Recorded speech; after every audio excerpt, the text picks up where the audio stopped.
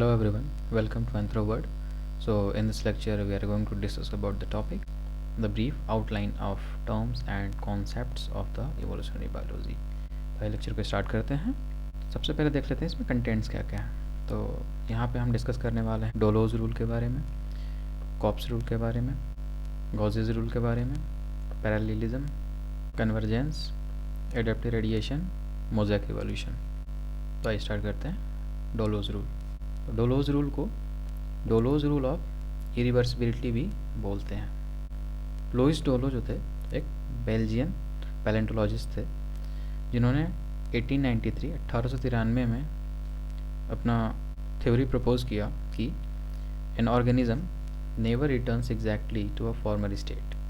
तो एक ऑर्गेनिज्म जो है वो अपने फॉर्मर स्टेट में कभी वापस नहीं आता, even if the find itself place in the condition of the existence identical to those in which it has previously lived। Even अगर सिचुएशन भी सेम होती है, अगर इन्वायरमेंटल कंडीशन सेम होता है तो भी कोई भी ऑर्गेनिज्म अपने फॉर्मर स्टेट में नहीं आता है, and it always keeps some trace of the intermediate stage through which it has passed.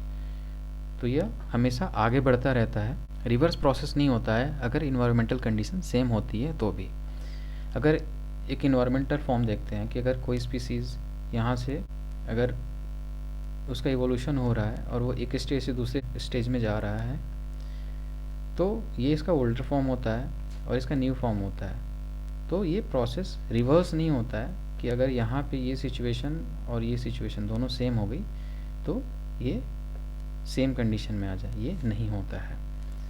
इसका मतलब है कि structure that changes it's form in course of evolution doesn't reverse to its earlier form। तो एक स्ट्रक्चर जो change हो गया है ड्यू टू द इवोल्यूशन वो अपने अर्लियर फॉर्म में रिवर्स नहीं आता है। Evolutionary changes can not be reverted back because every species is product of environment and similar kind of environment can not be replicated.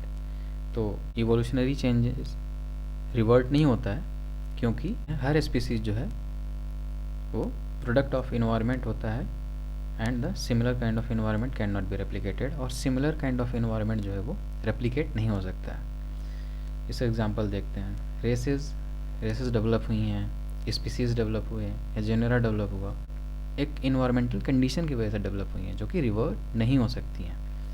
अब ह्यूमन चेंजेस में देखते हैं जैसे कि लोअर जा में चेंजेस हुए या डेंटिशन में चेंजेस हुए या इरेक्ट पोस्चर में चेंजेस हुए या ब्रेन साइज में चेंजेस हुए, तो ये रिवर्ट नहीं हो सकते थे।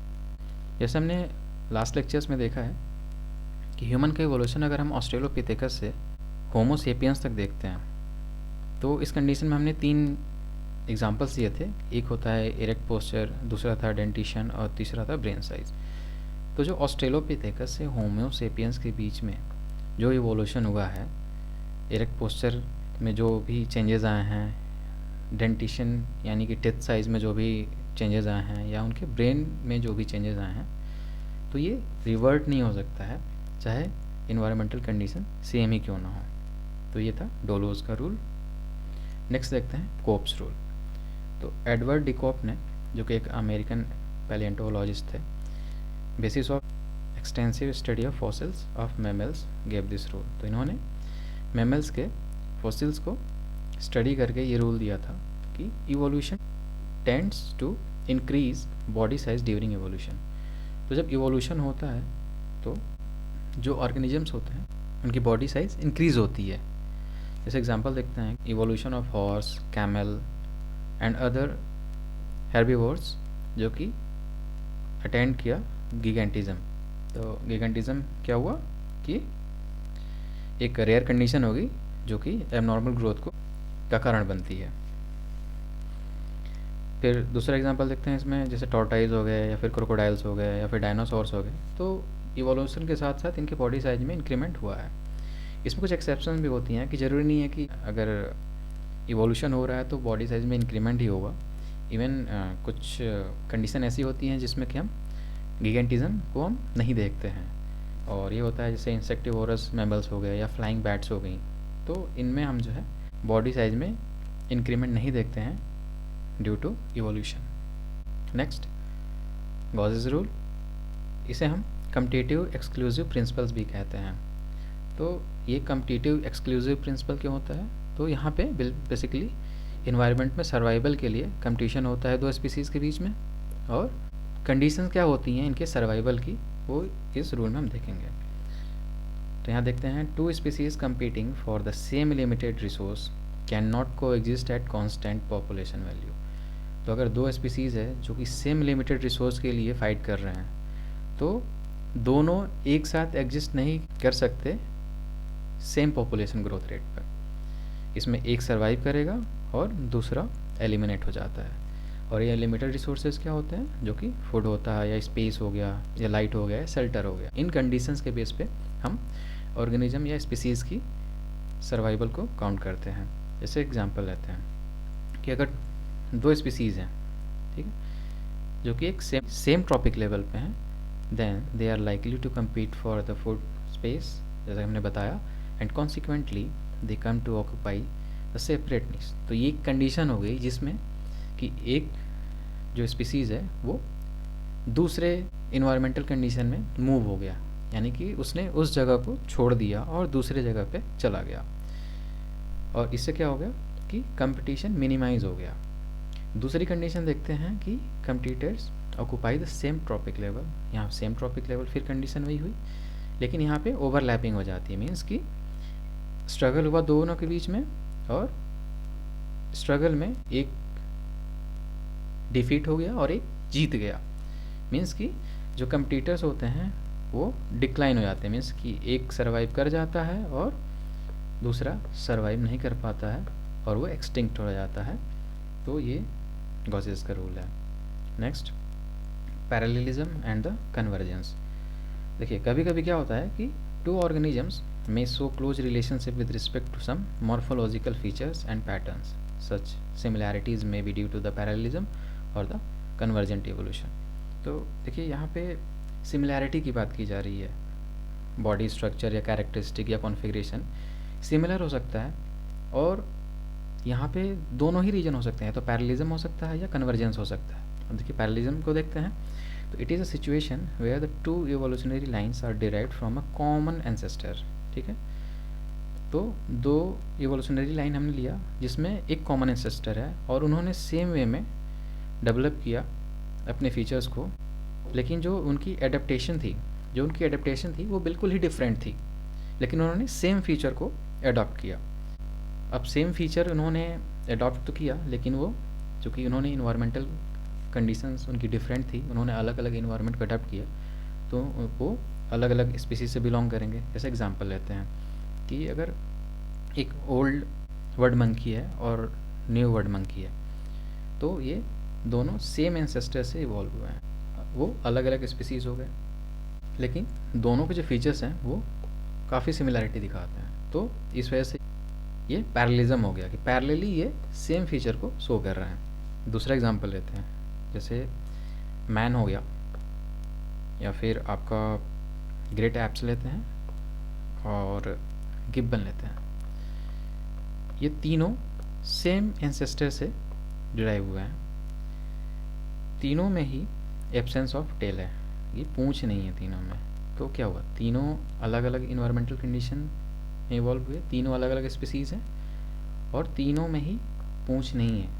तो ये चीज़ें दिखाती हैं कि पैरेलली तीनों डेवलप हुए सेम, जबकि इनकी स्पीसीज़ या इनकी इन्वायरमेंटल कंडीशन अडॉप्ट करने का तरीका अलग रहा। Old and the new monkeys, new word monkeys जो हैं वो डेवलप्ड हुए फ्रॉम ए कॉमन एंसेस्टर, जो कि हमने बात की कॉमन एंसेस्टर है, हाँ, and they independently developed a number of similar features.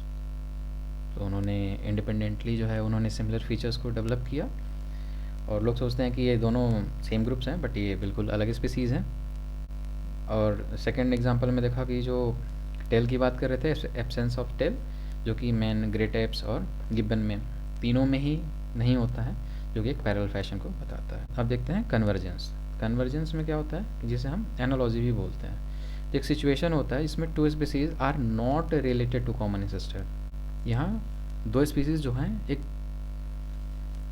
Common ancestor से रिलेटेड नहीं होते हैं, लेकिन they develop similar features due to the similar evolutionary pressure. Thus the development of the similar forms in divergent evolutionary lines is term as a convergent evolution. तो यहाँ पे अलग अलग स्पीसीज़ हैं जिन्होंने सेम फीचर्स को डेवलप किया और इन्होंने सिमिलैरिटी दिखाई। तो यहाँ पे उनके फीचर्स सेम हैं और उनके एंसेस्टर जो है वो सेम नहीं है। तो ये चीज़ कन्वर्जेंट इवोल्यूशन होता है। जैसे development of wings in birds and bats, तो बर्ड्स और बैट्स ये दोनों के एंसेस्टर डिफरेंट हैं, लेकिन इन्होंने सेम फीचर को डेवलप किया विंग्स के।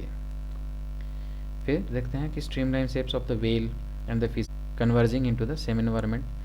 तो वेल्स और फिशेज जो कि अलग अलग एंसेस्टर हैं और इन्होंने सेम इन्वायरमेंट में अपने आप को अडॉप्ट किया। It is situation when the two species are not related to the common ancestor but there is a development of the similar physical features in the divergent evolutionary lines. तो ये convergent evolution की चीज़ें होती हैं। Next देखते हैं adaptive radiation.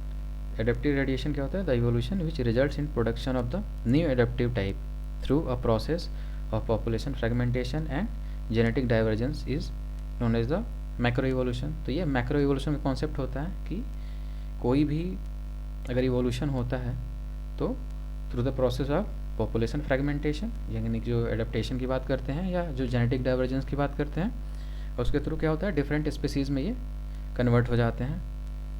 तो this results splitting of population of species into different groups and several sub groups. एक स्पीसीज से बहुत सारे सब स्पीसीज बनते हैं और ये होता है due to the different adaptive direction की वजह से होता है, और इसी को ही हम एडेप्टिव रेडिएशन बोलते हैं। Adaptive radiation is spread of species by way of evolving into progressively distinct type of organisms. तो ये डिफरेंट स्पीसीज बन जाते हैं। अब जैसे इसका एग्जांपल देखते हैं कि जैसे रेप्टाइल है, तो रेप्टाइल जो है वो अलग अलग सिचुएशन में अडेप्ट हुआ और वो अलग अलग स्पीसीज़ बने। जैसे रेप्टाइल्स जो है वो मैमल्स हुआ, एवियन हुआ या आर्बोरियल हुआ। तो ये तीनों कंडीशन अलग अलग हैं कि एक मैमल में हुआ, एक एवियन हुआ यानी कि जो फ्लाइंग बर्ड्स वगैरह के कंडीशन में, एक आर्बोरियल हो जो पेड़ पे रहने वाले प्राइमेट्स के फॉर्म में हुआ। तो ये सारी चीज़ें हुई। जैसे पैलियोसीन इपोच में देखते हैं कि कोल्ड ब्लडेड रेप्टाइल्स थे जैसे डायनासोर्स कुड नॉट अडॉप्ट नहीं कर सके, देयरफॉर गेट एक्सटिंक्ट हो गए। वो जो सर्वाइव कर लिए वो स्पीसीज़ आगे तो बढ़ी लेकिन वो डिफरेंट स्पीसीज़ में कन्वर्ट हो गई। जैसे कि यहाँ पे देखते हैं कि primates took to the tree जिसे आर्बोरियल बोला गया, बैट टू द एयर जिसे हम एवियन बोलते हैं, और whales become adapted to the water bodies. तो ये हो गया एडेप्टिव रेडिएशन। नेक्स्ट देखते हैं मोज़ेक इवोल्यूशन। मोज़ेक इवोल्यूशन क्या होता है? Major evolutionary changes tend to take place in stages not all at once. तो जो इवोल्यूशनरी चेंजेस होते हैं वो स्टेज बाय स्टेज होते हैं, स्टेप बाय स्टेप होते हैं, ना कि अचानक से हो जाते हैं। ये मोज़ेक इवोल्यूशन है। Mosaic evolution is a term applied when a rate of evolution is one functional system varies from one system. जैसे अगर इवोल्यूशन हुआ एक पॉइंट से दूसरे पॉइंट में, तो ये एक प्रोसेस के थ्रू हुआ, ऐसा नहीं कि अचानक से ही इवोल्यूशनरी चेंजेस हो गए। जैसे हम ह्यूमन इवोल्यूशन में देखें कि बाइपेडलिज्म हुआ तो धीरे धीरे उनका इरेक्ट पोस्चर धीरे धीरे सीधे होना स्टार्ट हुआ, उसके बाद वो स्ट्रेट हुआ और वो फिर बाइपेडलिज्म हुआ।